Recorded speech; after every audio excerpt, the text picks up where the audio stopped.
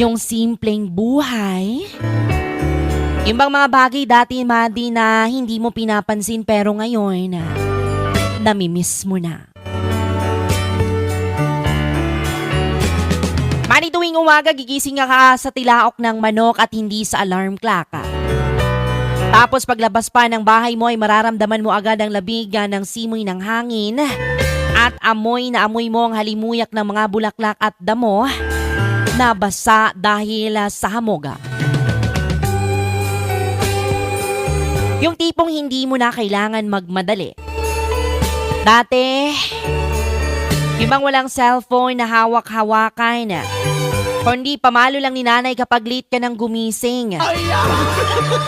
Tapos, didiretso ka na lang sa taniman o kaya sa bukid. Yung tipong mag-harvest ka na lang ng prutas o gulay, mga kaibigan. Laging may mga alagang kambing o mga hayop, pati ba't ibang hayop pa yan. Kaya bago pa man makakain sa agahan ay kailangan mo muna